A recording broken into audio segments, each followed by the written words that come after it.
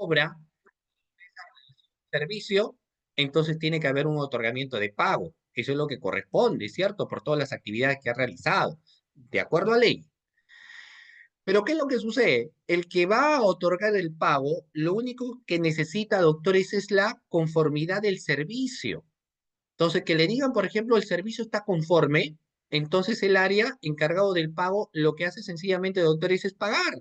Tan sencillo como eso, realizar el pago. Entonces, si tú eres el área encargado de otorgar el pago y te han señalado que el servicio se ha realizado de manera exitosa, entonces usted confía, obviamente, en que toda la actividad de la realización de la obra se ha dado dentro de los parámetros de la norma o no.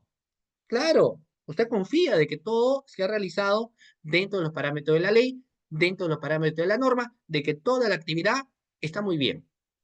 Principio de confianza. Tú confías en ello. Pero si después de ello resulta que han existido irregularidades en la obra, que han existido intereses indebidos, que han existido pactos colusorios, por ejemplo, ya no deviene técnicamente en el grado de responsabilidad o no. Claro, porque el accionar que usted ha tenido es un accionar siempre dentro de los parámetros de la norma, dentro de los parámetros de la ley. ¿Estamos o no? Claro, ahí se aplica el principio de confianza. Lo mismo podría suceder en el caso de un alcalde. Yo te pregunto, ¿el alcalde será responsable por la actividad que realice el regidor? Yo le pregunto. A ver, vamos. ¿El alcalde será responsable por lo que hace el regidor? ¿Por lo que hace el secretario? ¿Por lo que hace el tesorero municipal?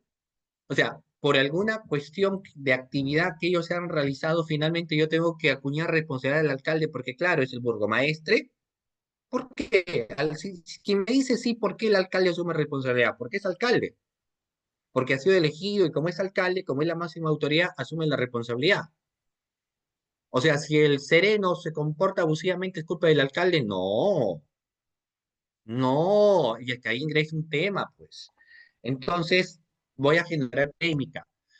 Yo no estoy a favor o en contra de lo que viene a ser el presidente de la República, pero el presidente de la República asume la responsabilidad de lo que hace el ministro, de lo que hace el Congreso, de lo que hace el Premier. ¿Qué pasa? O sea, asume, no. Cada quien es una persona que, si bien es cierto, podría hacer cargos de confianza, no es responsable de lo que finalmente él haga. Y ojo, estoy hablando de un tema jurídico, porque subjetivamente yo les doy la razón. Subjetivamente estoy con ustedes porque si ustedes me dicen, pero es su gente, pues, porque él lo ha elegido, es su plancha electoral, es su partido, yo te doy la razón, pero eso es un análisis subjetivo. Aquí estamos hablando de derecho. Y en el ámbito del derecho, no es responsable por lo que los demás realicen, a menos que él haya tenido conocimiento.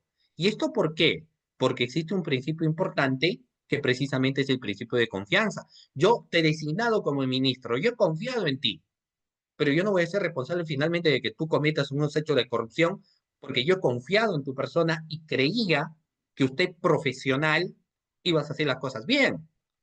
Que no hayas hecho las cosas bien va fuera de mi esfera de protección. A mí me hubiese gustado que hagas las cosas bien, confía en tu trabajo. Ese es el principio de confianza, ¿ya?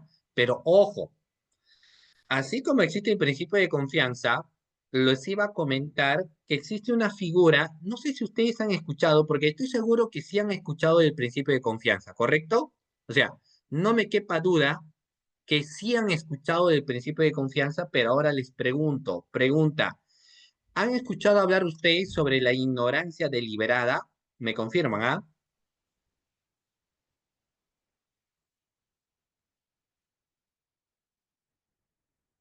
¿Han escuchado hablar, doctores, sobre la ignorancia deliberada?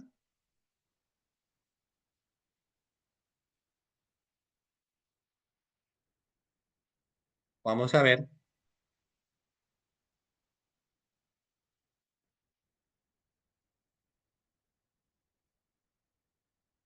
confírmeme. ¿Han escuchado hablar sobre la famosa ignorancia deliberada? ¿Qué pasa, doctores, en el famoso caso de la ignorancia deliberada? A ver, ¿quién me dice qué pasa en la ignorancia deliberada? En el caso de la ignorancia deliberada, es lo contrario a lo que naturalmente, doctores, viene a ser el principio de confianza. Porque en el principio de confianza, no, o sea, y la ignorancia deliberada es distinto. Mira, y les voy a comentar, porque en el principio de confianza el alcalde podría decir, bueno, ellos son mis regidores, pero yo no tengo la culpa de los hechos de corrupción que ellos han hecho, porque yo confié en su trabajo. Por eso es que finalmente estoy denunciando estos hechos.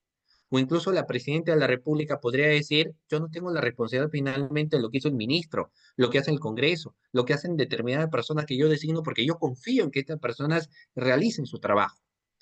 Pero ¿qué es lo que sucede en la figura de España, por ejemplo, cuando se habla de la famosa ignorancia deliberada?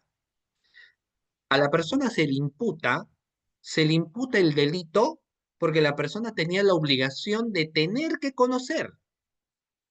O sea, su responsabilidad radica en que tenía que conocer lo que está haciendo su regidor, lo que tenía que hacer su ministro, lo que tenía que hacer, por ejemplo, su trabajador, lo que tenía que hacer su subordinado. Entonces, cuando la persona dice, yo confié en el trabajo de mi regidor, confié en el trabajo de mi ministro, es porque está señalando principio de confianza. Porque él dice, yo no lo tengo que supervisar, él hace su chamba, pero bajo la figura de la ignorancia deliberada, se le termina, doctores, imputando a una persona la perpetración del hecho delictivo o se le termina imputando la perpetración de un hecho criminal. ¿Saben ustedes por qué? Porque la persona tenía la obligación de tener que saber. Por eso se le imputa. Porque tenía la obligación de tener que saber lo que estaba realizando.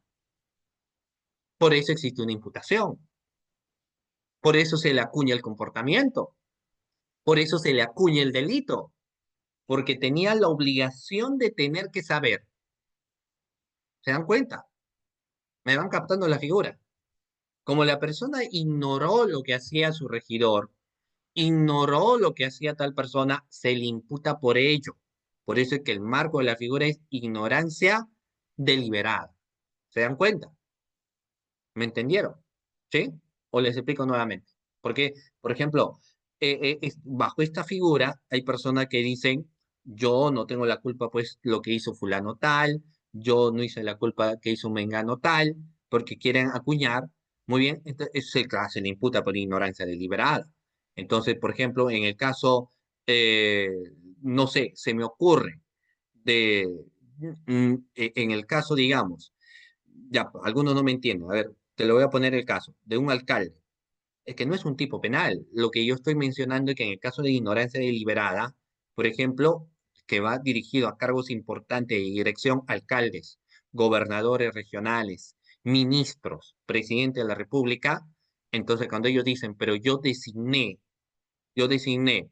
no, no tanto en un médico, porque en el médico más bien podría existir principio de confianza. Lo que yo estoy hablando es de autoridades grandes. Entonces, una autoridad grande o un jefe de un partido político, por ejemplo, no podría decir, mira, no, pero yo no sabía que mi subordinado realizaba, pues, narcotráfico. Yo no sabía que uno de los integrantes de mi partido se dedicaba a lavar dinero. Yo desconocía. Yo confié en él, en su militancia.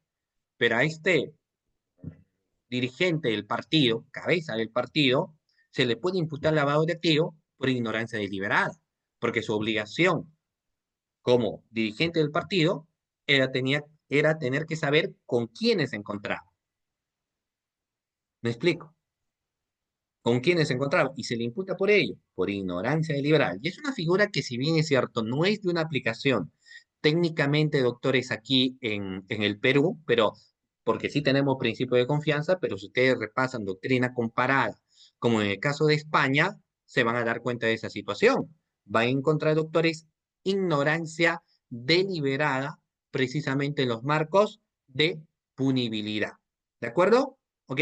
¿Queda claro ese aspecto? Queda claro ese aspecto. Bueno, lo que yo les he mencionado, pues también, doctores, guardaba mucha relación con estos aspectos de la imputación del comportamiento, que si bien es cierto, no acuñan ignorancia deliberada, pero sí acuñan principio de confianza. Y acá vamos a ver, por ejemplo, que esos casos de principio de confianza deviene en un factor bastante interesante que también debemos tener en cuenta, ¿no? Por ejemplo, mire, bueno, este riesgo permitido, principio de confianza. ¿Qué te dice el principio de confianza? Es un sistema, vamos a ver, donde están debidamente establecidos los roles o esfera de competencias y responsabilidades. El reproche debe corresponder a quien quebró la confianza al no hacer lo debido a lo que correspondía, ¿ya? Y ese es un factor importante, o sea, se te acuña finalmente responsabilidad por esa situación, ¿no?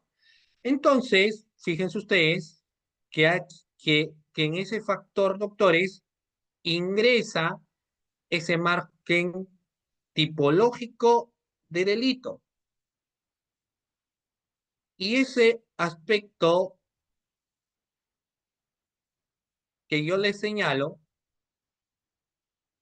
ingresa precisamente, doctores, para establecer este marco de punición, ¿no? Porque ¿cuál es el aspecto de punición? Que cuando la persona hoy en día menciona principio de confianza, la otra parte siempre va seguramente a establecer ignorancia deliberada en el marco de comisión del hecho delictivo o el hecho criminal. ¿De acuerdo? No se olviden entonces, doctores, ese factor que yo lo estoy señalando. Hasta aquí. Pregunta. No, no, no. Cuando alguien me dice, por ejemplo, ¿se puede dar la figura de un nivel de confianza? Uno tengo un chivo. No, no, no. A ver, para que me entiendan, para que me entiendan. La figura del principio de confianza y por ejemplo, ignorancia deliberada son figuras que ingresan en el ámbito de instituciones del Estado. Se puede adherir en cuestiones de partidos políticos, pero no vamos a adherirlo a otro tipo de situaciones. Por ejemplo, si la señora dice, yo le presté el cuchillo a alguien, pero esa persona que le presté el cuchillo, a ver, a ver, les voy a poner, y les voy a poner 20 de calificación, ¿ah? Les voy a poner 20 de calificación. Mira con lo que les digo, ¿ah?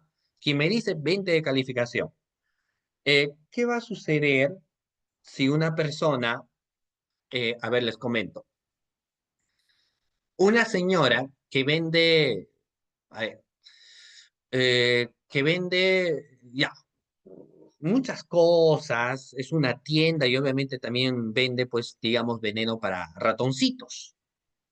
Entonces hay una señora que compra este veneno para ratoncitos, pero no para darle al ratón, sino para darle a su marido, ¿no? Para darle a su marido. Entonces su marido toma y se va, pues, al más allá. La pregunta es, ¿la señora podría alegar, la señora que vendió, doctores, este producto, podría alegar principio de confianza? ¿Podría decir yo confié en que esta persona lo compró porque iba a dar a los pericotitos? No podría, ya. ¿Por qué no? Ya comparto con ustedes que no podría. ¿Por qué? ¿Cuál es la otra figura? ¿Cuál es la otra figura? ¿Quién me dice la otra figura?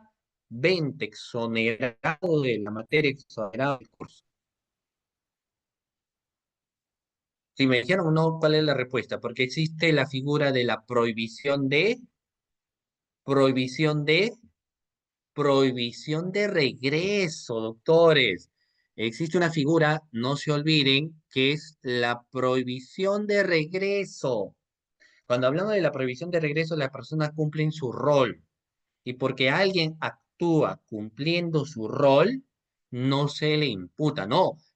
Es rol, no error. No hay ni error de prohibición. El error de prohibición se analiza en otros factores. La prohibición de regreso, la persona cumple su rol.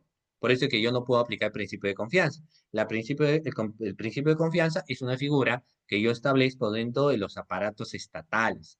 Ahí se acuña el principio de confianza. No se olviden, ¿ah? Por favor, tengamos en cuenta eso. Pero a la par de lo que yo les señalo, lógicamente pueden haber otros factores más en los planos de interpretación. Por ejemplo, te voy a poner un casito, ya aparte de lo que naturalmente yo te señalo, porque el que te acabo de mencionar es bastante interesante, pero naturalmente existen otros.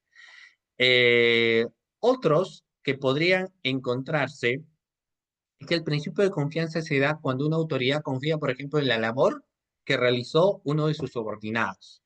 O incluso a la inversa, cuando el subordinado le envió alguna información y le dijo firma porque estos documentos son válidos y dentro de tu rol confiaste porque te entregaban los documentos, tú desconocías, pero al final eran documentos, por ejemplo, adulterados. Entonces a ti no se te puede imputar el delito por el cumplimiento de la confianza de por medio a nivel institucional, ¿ya? Eso ve el principio de confianza. Pero a lo que yo hace un momento le señalaba es que la otra figura de la ignorancia deliberada era que precisamente se te imputaba porque tu deber era tener que saber. Para algunos es una figura un tanto forzada, para otros está muy bien, porque ingresa lo que inicialmente muchos, por ejemplo, han señalado, que cuando uno designa a su personal, debe tener la confianza de a quién está designando y no puede designar pues a cualquiera o designar por designar, sino tiene que ser lógicamente a quienes cumplen un rol, ¿ya? Muy bien. Entonces, eso es algo que se tiene que tener en cuenta, ¿ya? Muy bien. Ok, muy bien, estimados participantes, entonces, no habiendo alguna otra pregunta por parte de ustedes que se han dado cita aquí a esta sesión de clase el día de hoy, bueno, conclusiones finales. Este es un aspecto de la parte general del derecho que nos permite a nosotros pues analizar cuestiones de figuras para aplicarlas finalmente concretamente a cuestiones procesales, como el cual les acabo de señalar. Es decir, no es solamente una exquisitez dogmática, sino tiene relevancia de carácter jurídico. ¿Ya? Muy bien, muchísimas gracias, estimados participantes. Un gustazo estar con ustedes. Cuídense muchísimo y ya espero verlos, pues, doctores, en una próxima oportunidad.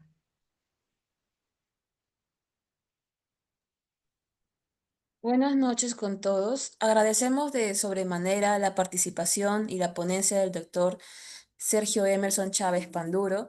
Brindaremos unos minutos para que los participantes de tener alguna duda o consulta puedan escribir en los comentarios en el chat del Zoom, para que así el doctor pueda saciar sus dudas y poder tener una perspectiva enriquecedora acerca del tema que nos ha dado hoy día, que sería el dolo eventual en delitos de función.